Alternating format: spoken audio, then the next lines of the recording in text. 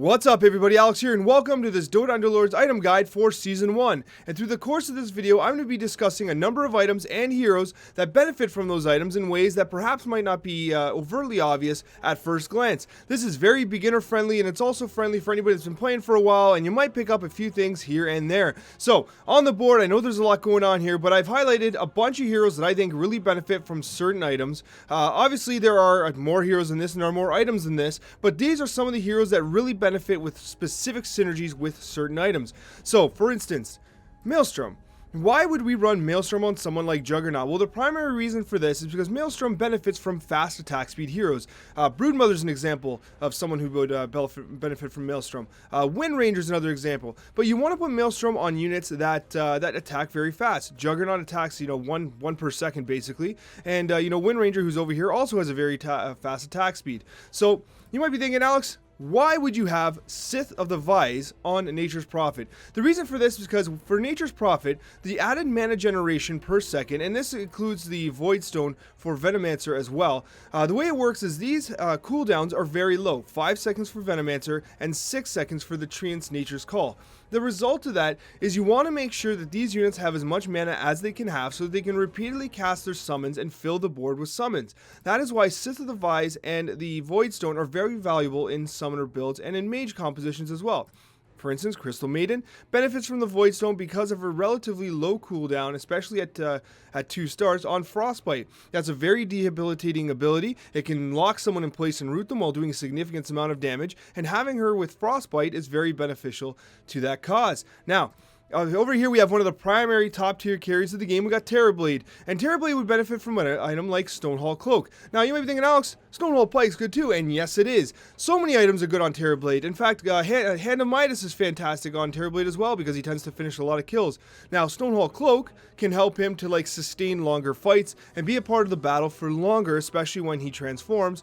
Whereas you can use a Pike, for instance, the Pike which is on Bloodseeker here, which will increase his burst damage capability once he turns into a demon. Either one is correct, and both really work well with Terrorblade because he'll be one of the ones that really amplifies the amount of damage you're doing, and he's going to be getting a ton of kills every single time you run him. He's that damn good. Coccia on the Queen of Pain. Now what Coccia does is it amplifies ability damage, and Queen of Pain is one of those units, especially when she's against corner comps, that can do a ton of damage. So just already she's going to be doing 40 damage additional per unit, when she has the Coccia. When she gets to 3 and even, with 2 or 3 stars, you're going to be doing a ton of extra damage with that Coccia. So Queen of Pain is someone that benefits from Coccia. She's a tier 2 unit with a tier 1 item. It's relatively low investment, and Coccia benefits, tons of other units as well, but it's one of those units, Keeper of the Light benefits from it, any mage really, and Queen of Pain, because it's magical based damage, actually it's just ability based damage, whether it's physical or not, but overall, a very good item for someone like Queen of Pain, because theoretically her Scream of Pain can hit anyone around her. It's almost, its damage potential is very, very high, especially with bunched up compositions. Now, a Blink Dagger on someone like Sand King is really interesting because you want Sand King to stun multiple times, okay? So with Burrow Strike, he gets a stun off, it's 12 seconds. He's pretty tanky and he's got a lot of health, especially at 2 stars. He should be able to get multiple Burrow Strikes off, which is devastating to the opposing team. The advantage of using a Blink Dagger is usually you put a Sand King up on the front line, let him take some damage to generate some mana, and then he blinks to the back. If you blink him into the back here, he's going to be getting poked by weaker units, and then he's going to stun back to the front line while those units have already been engaged with your primary tanks, and then he's going to stun back through to the back line once his health is low. So Blink Dagger and Burrow Strike actually works really well together, and it tends to really kind of affect the flow of the opposition's composition, and it really impacts their board highly negatively. Now, Slark. Slark is one of the units that really benefits from the Mask of Madness. Now, with the Mask of Madness, you are silencing the hero, so you're removing their ability to cast an ability. Therefore, any unit with a passive ability is going to greatly benefit because they're not being impacted, right? Slark does not have a actual casted ability. It's a passive, and it's a passive. So both of these, basically he just gets the 15% lifesteal and the 60% attack speed. The same can be said for Lifestealer as well. Lifestealer's Feast, the effect of the Mask of Madness is going to be added on top of his life-stealing effect. It's going to make him very tanky and difficult to take down. Moonshard's also very effective on the Lifestealer because it allows him to stay up longer because he's attacking more frequently and therefore life-stealing more commonly. And once again, then you have a Mask of Madness on someone like Luna. Her Moonglaves is a passive ability. Therefore, the Mask of Madness only amplifies her damage and healing potential and does not negatively impact her in any way, shape, or form. A very good item. Mask of Madness can also be used in some Hunter compositions, basically to give them the additional attack speed. Someone like Windranger can be used in this sense because it'll just allow her to trigger many attacks very quickly. But overall, Mask of Madness on Lifestealer, Luna, and the Slark are excellent choices. Moving on, we've got the Refresher Orb team, starting with Tidehunter. Tidehunter's Ravage, for those of you that play Dota 2, you know it's one of the top initiating skills in the entire game, and in Dota Underlords, it's very similar. Ravage is absolutely incredible, and when you add the Refresher Orb effect, it has the ability to lock down the opposing team very significantly at the start of the fight. Now, also with the Refresher Orb is someone like Lone Druid. That Lone Druid Spirit Bear is incredibly powerful, and being able to get 2 out there is very beneficial. Essentially, you want to use something on the Refresher Orb on units that have very high impact but high cooldown skills. Lone Druid and Tidehunter are only supposed to really cast once per fight, but with the Refresher Orb, you're getting double the amount of impact. And a special call out to Abaddon, who actually benefits from the Refresher Orb as well, simply because his shield is fantastic as well. Now, Moonshard. We talked about Moonshard before. I mentioned him on Lifestealer, but someone like Sven benefits from Moonshard greatly. The reason for this is because once he casts God's Strength, and with his cleaving ability, something like Moonshard is going to allow him to just cleave his way through the opposing team. When you have Knights, they have a lot of damage resistance, so they're going to be able to kind of stay up. If you're running with healers, you're going to be able to sustain Sven, and with a Moonshard, he's going to be one of your top, if not the top primary DPS alongside Luna. If Luna has a Mask of Madness, she's going to challenge Sven, but overall, you want to make sure you have a Moonshard on Sven because it's going to allow him to lead in DPS. Now, Medusa is a very interesting situation. Medusa has a split shot. Now, what that basically means is she fires additional arrows so that she hits multiple targets at once. Now, the arrows deal reduced damage, but that's not what's important to understand. What's important to understand is that the arrow's effect is applied, the item effect is applied to each arrow. So if Medusa is hitting multiple units, multiple Bloodthorn effects are being applied. The same goes for something like Maelstrom, which can impact multiple units. Basher is another good example of this. But any single item that basically impacts an opposing unit, like silences them or stuns them, or gives an opportunity for the lightning, like in Maelstrom's case, Medusa is a great choice for that because you're multiplying that opportunity. And Caden's Blade is a good example of that as well, because Medusa is going to be doing that 7% damage on all the units that it hits. So Medusa's damage potential skyrockets in that sense. Now, Medusa, a great unit for items like that.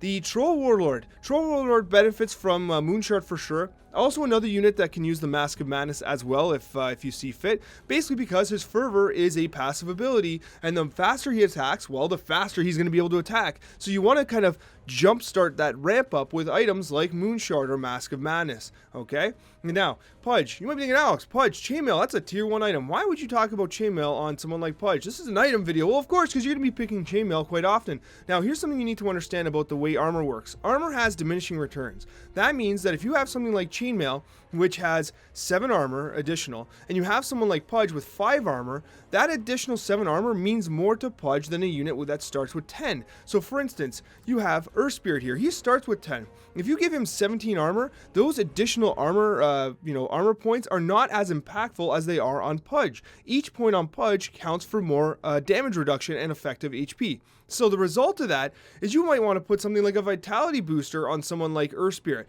High armor, give him the Vitality boost. In this case, the extra health is going to cause more effective HP than the armor increase. So very good decisions there. And again, Chainmail is an item that scales well. If you get Chainmail, you can still put it on a high armor unit like a Earth Spirit. I wouldn't recommend it on someone like Axe, but hey, it's up to you. Now, I've had a question before about the Mantle or the Flayed Twins. How do you use an item like this? Because Deadeye can be very hit and miss. It's obviously good on ranged units, so if you put it on someone like a Windranger or a Marauder or something like that, it has a good impact because they can shoot from range. It doesn't really impact their position on the board. But what about melee units? Well, Lycan is the #1 choice for melee units because when he turns into a wolf, he gains a significant amount of move speed. Add the phase shifting ability of the Deadeye units, and you get a unit that is able to kind of burst around the field, doing a ton of damage with his critical hit chance, and he's going to be taking guys out like crazy. A very good item for someone like Lycan.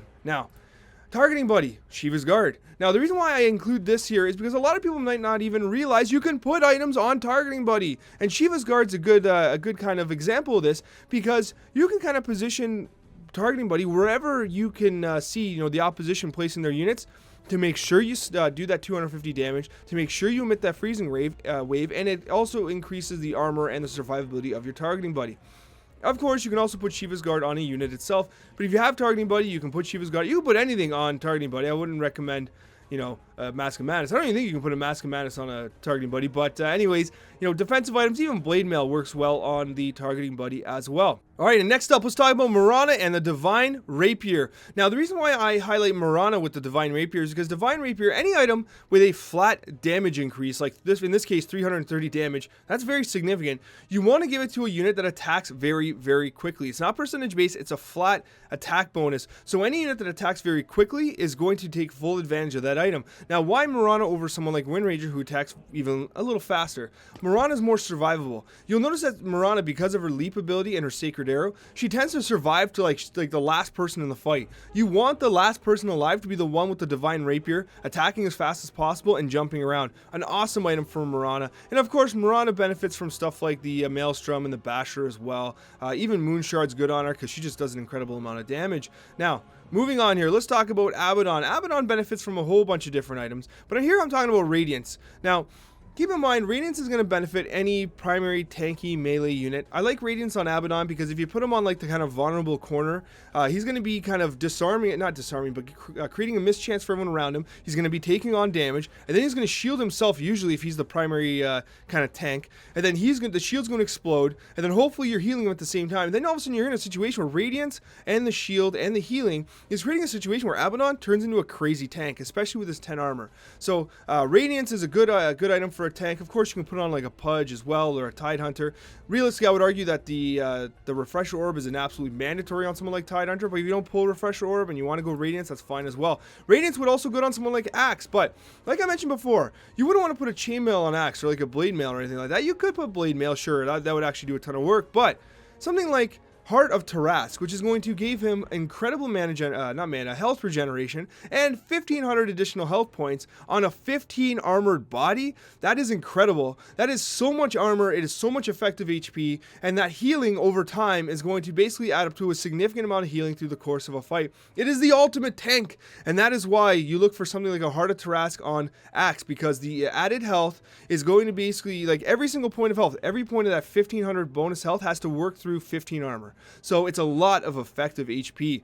Now, Bloodseeker. You're probably all sick of Bloodseeker and a Stonehall Pike, but just like the Terrorblade, Bloodseeker could really benefit from the Stonehall Pike, because anything that tends to like really snowball and get you a lot of kills, Stonehall Pike's a great job at doing that. Even someone like a Beastmaster, who's not on the board right now, but Beastmaster benefits from Stonehall Pike because when he casts his Wild Axes, he does increased damage to the opposition that he's attacking. So Stonehall Pike can help him to rack up a lot of kills very quickly and also feed the Brawny bonus. But on Bloodseeker, it just allows him to do added damage when he's attacking faster to finish off units so he can heal.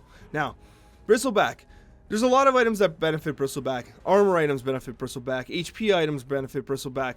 But Octarine Essence is a fantastic item as well because it reduces his cooldown and therefore is going to allow him to quill spray more often. And that quill spray is going to stack and stack and stack and stack. So 2 seconds. If he's taking a lot of damage, he's going to have mana almost the entire time. He's going to be quill spraying the entire time. He might die a little quicker. Like Blade Mail would keep him up longer. But the quill spray with the Octarine is going to do a ton of damage. And if you're running Brawnies and he's alive for a long time because he has an increased health pool, the result of the Octarine is going to be an increased amount of damage that is so significant, he might even lead your team in damage. I've seen Bristlebacks beat out Beastmasters in terms of raw DPS with the Octarines. Now, Broodmother and the Skull Basher. Now, the reason why I mentioned the Basher here is because Chrysalis is the same. You have a flat attack-based damage increase, but also you have an additional chance to stun people. And Broodmother's one of the units, just like the Windranger, just like the Marauder, that have very fast attack speeds. Juggernaut as well. So Basher benefits a unit that attacks very quickly because you have increased opportunities to proc that stun and the additional damage. So Broodmother is a unit that you'd want to apply like a Maelstrom or an item like that on. Disruptor, a unit I missed with the Refresher Orb. The Static Storm is absolutely fantastic, and it has an ability to lock down opposing teams.